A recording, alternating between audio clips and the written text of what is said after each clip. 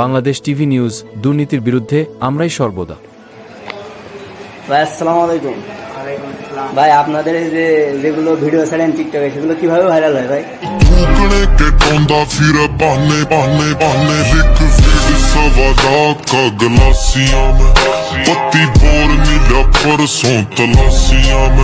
Shoot करदानी weather बार आला हवा jail की लिखी है मेरी राशि।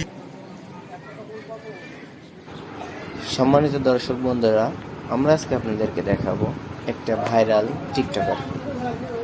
চলুন আমরা দেখে আসি সেই ভাইরাল টিকটকারকে। এখন আমরা RS ফ্যাশনে চলে আসলাম, কায়েমকোলা বাজার। চলুন আমরা তার কাছে যাই। ভাই আসসালামু আলাইকুম।